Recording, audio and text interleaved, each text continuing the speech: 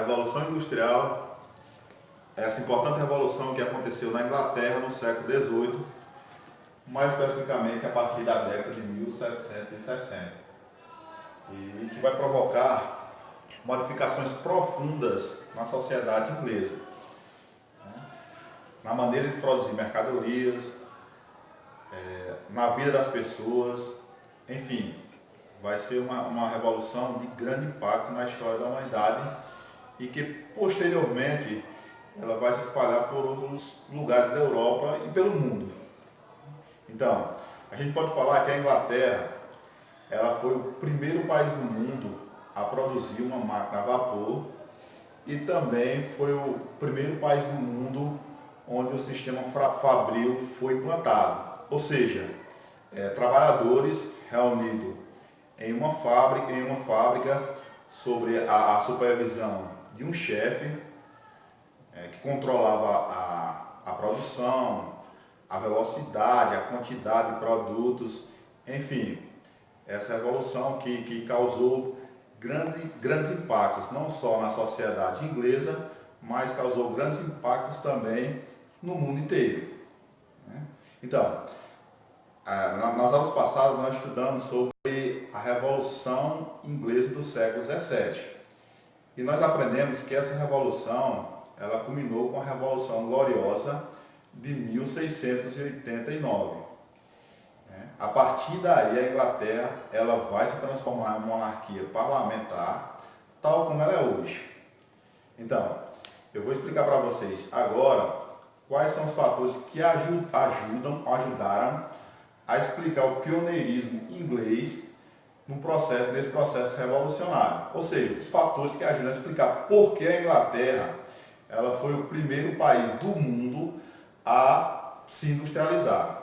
Então, nós temos aqui a Revolução Inglesa, a partir de 1760, nós vamos ter uma primeira Revolução Industrial, nós vamos ter uma segunda Revolução Industrial dentro da Inglaterra, que posteriormente vai ser explanado, mas nesse momento agora nós estamos explanando sobre a primeira Revolução, que, como eu falei para vocês, vai começar a partir do ano de 1760, e nós temos aqui os fatores que ajudam a explicar o pioneirismo inglês nesse processo. Então, o primeiro fator nós temos aqui foi o acúmulo de capitais. No governo ainda da dinastia Tudor, a rainha Elizabeth I, a Inglaterra ela vai acumular uma grande quantidade de capitais. Então, a monarquia vai acumular capitais provenientes da pirataria, provenientes do comércio colonial. E no século XVII, a Inglaterra vai assumir também a liderança marítima e comercial. Para a gente ter uma ideia, a Inglaterra, boa parte do ouro que saiu aqui do Brasil, no século XVIII, ela foi parar lá nos cofres da Inglaterra e vai ajudar a Inglaterra a se tornar o primeiro país a se industrializar no mundo. O ouro que saiu aqui do Brasil não serviu para enriquecer o nosso país, não serviu para enriquecer Portugal. Boa parte desse ouro serviu para a Inglaterra ajudar a Inglaterra a realizar a sua primeira revolução industrial. Então, esse fator aqui é bem importante porque sem capital, nesse momento, era impossível que a Inglaterra ela realizasse uma revolução de tamanha complexidade, como foi a Revolução Industrial. Essa revolução que ela foi uma revolução, nós podemos falar uma revolução abrupta, uma revolução bem importante e é um marco na história da humanidade.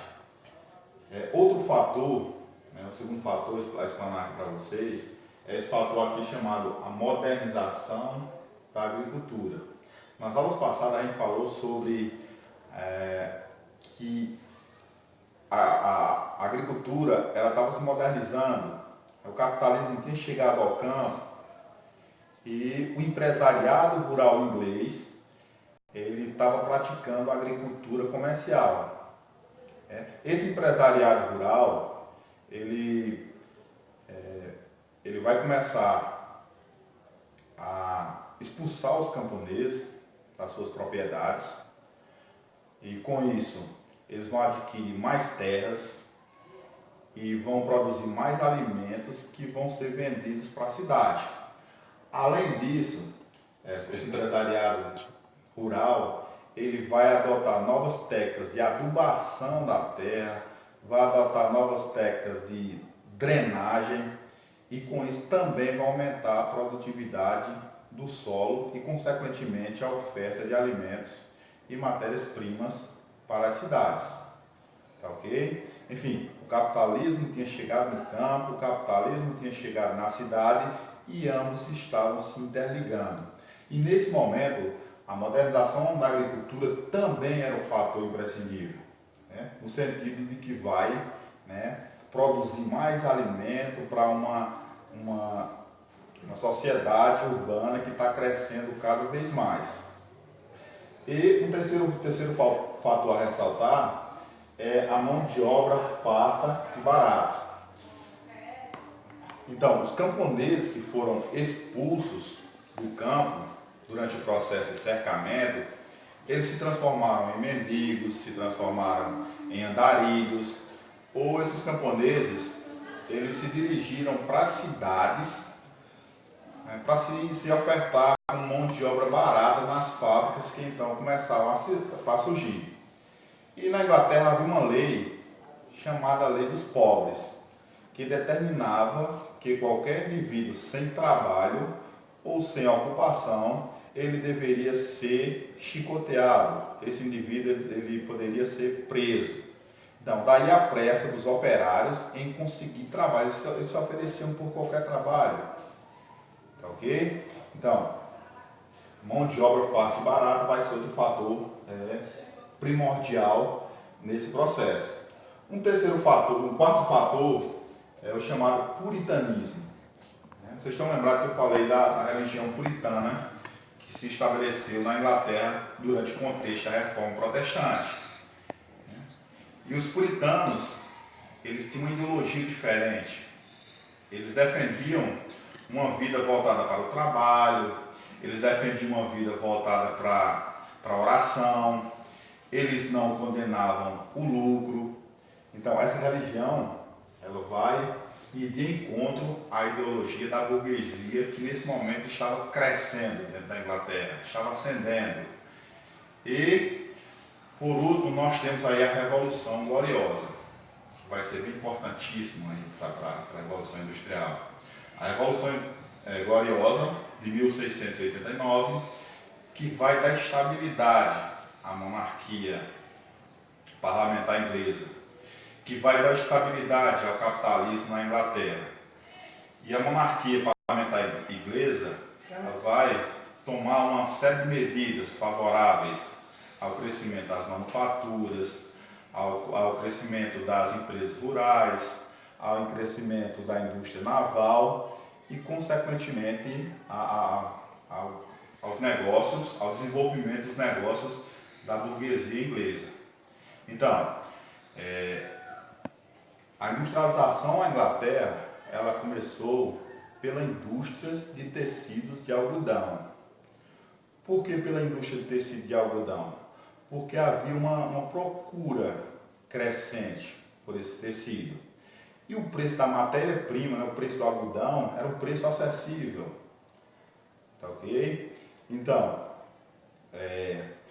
a indústria de tecidos de algodão, ela vai permitir a invenção das máquinas de fiar e de tecer em um curto intervalo de tempo, ou seja, aos poucos, né, na década de 60, na década de 70, na década de 1780, as máquinas vão evoluir até o surgimento do barco a vapor e da locomotiva a vapor. Eu vou explanar um pouquinho para vocês terem uma ideia de como essas máquinas vão evoluindo, aos poucos até se transformar em um sistema fabril de produção. Não se esqueçam desse detalhe aí, viu? Até essas máquinas se transformarem, né, elas serem colocadas em uma indústria e elas se transformarem, derem origem ao sistema fabril de produção. Primeiramente, aí nós temos em 1760 a fabricação da lançadeira volante. Essa lançadeira volante era uma máquina doméstica. Ela produzia peças largas, com menor número de homens, com uma maior velocidade, e a lançadeira volante, que foi lançada inicialmente, ela gerou um descompasso entre a fiação e a tecelagem, ou seja, a quantidade de fios já não atendia às necessidades da tecelagem. E posteriormente, né, lá em 1767, nós temos a invenção da spinning jenny. Essa spinning jenny era uma máquina de fiar, era uma máquina também manual, doméstica, são essas as características da spinning jenny. A roda dela permitia a fiação de 8 fios de cada vez, e uma pessoa ela poderia utilizar, ela substituía o trabalho de 12 fiadores. Só que havia um problema, que os fios produzidos pela spinning jenny, eles eram fracos e eles eram pouco resistentes. A solução para isso foi a invenção de uma outra máquina, 2 anos posteriores. Aí sim, a indústria vai começar a adquirir uma característica fabril. Essa máquina era chamada a Walter Frame. Ela foi inventada em 1769. Só que essa máquina chamada Walter Frame, ela não poderia ser utilizada no lar. Essa máquina era movida a água e, consequentemente, ela tinha que ser colocada em uma indústria. A partir da Walter Frame, a produção ela vai se tornar fabril. Ela vai inaugurar o sistema fabril, porque agora os operários vão estar reunidos numa fábrica, sob o olhar vigilante de um chefe que controlava a velocidade da produção, que controlava a quantidade também de produtos e que controlava também as horas. Os operários trabalhavam 12, 14 horas por dia, enfim. Mas só que os fios produzidos pela Walter Frame, eles eram resistentes, mas eles eram grossos. E posteriormente, 10 anos depois, vai ser inventado a Mule. A Mule, ela era uma máquina híbrida, ou seja, uma mistura das 2 máquinas anteriores. E a Mule, essa mistura de força da água com a força humana, ela vai produzir fios resistentes que vão chegar a superar até os fios indianos, até os tecidos produzidos na Inglaterra. Com a Mule, o sistema fabril, vocês não podem esquecer desse termozinho aí, com a Mule, o sistema fabril ele vai ser efetivado na Inglaterra. Se antes nós tínhamos a falta de fios, o problema agora era o excesso de fios. E o que é que vai ser feito para solucionar esse problema? O reverendo Edmund, em 1785, ele vai inventar o tear mecânico, que substituía tanto a força humana quanto a força da água. Pessoal, essas máquinas elas vão se tornar mais potentes, mais velozes ainda, quando acoplado à máquina a vapor, que foi inventada pelo James Watt em 1765. Agora nós tínhamos a máquina a vapor, que substituía a força do vento, que substituía a força humana e que substituía também a força da água. Tá ok? Mas é bom lembrar que as máquinas eram feitas de madeira. E a madeira, ela não suporta o vapor, né? Ela não suporta o vapor. Qual foi a solução para esse problema? Um cara chamado Henry Cuyt, em 1785, ele vai produzir um ferro mais resistente, mais fácil de ser produzido e um ferro mais barato. E a manufatura do ferro, ela vai permitir a invenção de duas descobertas importantes que revolucionaram os transportes na segunda metade do século XIX. Nós temos na segunda metade do século XIX a invenção do barco a vapor pelo Fulton em 1807 e da locomotiva a vapor pelo George Stephenson em 1814.